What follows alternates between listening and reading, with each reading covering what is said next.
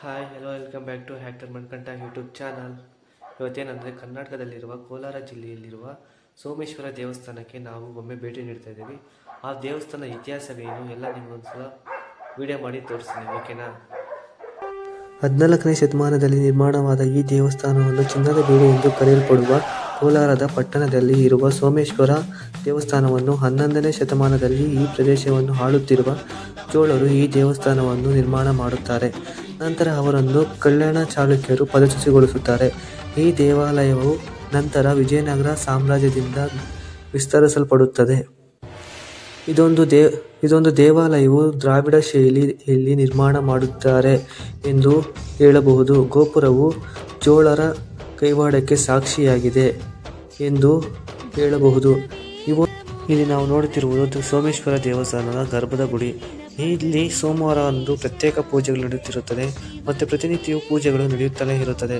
ಇಲ್ಲಿ ಭಕ್ತಾದಿಗಳು ಬಂದು ತಮ್ಮ ದೇವರ ದರ್ಶನವನ್ನು ಮಾಡಿಕೊಳ್ಳುತ್ತಾರೆ. ಇದು ಕರ್ನಾಟಕದಲ್ಲಿರುವ ಕೋಲಾರ ಜಿಲ್ಲೆಯಲ್ಲಿದೆ. ಈ ದೇವಸ್ಥಾನಕ್ಕೆ ಒಂದು ಪುರಾತನವಾದ ಇತಿಹಾಸವೇ ಇದೆ. ಇಲ್ಲಿ ಭಕ್ತಾದಿಗಳು ದಿನನಿತ್ಯವೂ ಬಂದು ತಮ್ಮ ದೇವರ ದರ್ಶನವನ್ನು ಮಾಡಿಕೊಂಡು ಹೋಗುತ್ತಾರೆ. ನೀವು ನಂದಿಯಲ್ಲಿ ತಮ್ಮ ಕೋರಿಕೆಗಳನ್ನು ಭಕ್ತಾದಿಗಳು ಬಂದು ಹೇಳಿಕೊಳ್ಳುತ್ತಾರೆ. ಇಲ್ಲಿ ಕಾಣಿಸುವ ದ್ವಾರ ಸ್ತಂಭವು ಮತ್ತು ಇದು ಭಕ್ತಾದಿಗಳು ಬರುವ ದೇವಸ್ಥಾನಕ್ಕೆ ದಾರಿಯು ಮತ್ತು ಇಲ್ಲಿ ದೊಡ್ಡವಾದ ಆವರಣವಿದೆ. ಇಲ್ಲಿ ಸ್ತಂಭಗಳ ಮೇಲೆ ಕೆತ್ತಿರುವ ಚಿತ್ರಗಳು ಮತ್ತು ದ್ರಾವಿಡ ಶೈಲಿಯಲ್ಲಿ ಕೆತ್ತಲಾಗಿರುವ ವಿಗ್ರಹಗಳು ನೋಡಲು ಅತ್ಯಂತ ಸುಂದರವಾಗಿದೆ. ಇದು ಪ್ರತಿಯೊಂದು ಸ್ತಂಭವು ತನ್ನ ಇತಿಹಾಸವನ್ನು ತಿಳಿಸುತ್ತದೆ. ಈ ಸ್ತಂಭಗಳು ಮುಂಭಾಗದಲ್ಲಿ ನೋಡಲು ಅತ್ಯಂತ ಸುಂದರವಾಗಿ ಕಾಣಿಸುತ್ತದೆ. ಈ ಸ್ತಂಭಗಳಿಗೆ ಕೆಲವೊಂದು ಇತಿಹಾಸವೇ ಇದೆ. ಇದನ್ನು ರಾಜರ ಕಾಲದಲ್ಲಿ ಕಟ್ಟಿಸಿದರೆಂದು ಹೇಳಬಹುದು. ಇದು ರಾಜರ ಆಳ್ವಿಕೆಗೆ ಒಳಪಟ್ಟಿರುವ ದೇವಸ್ಥಾನವು.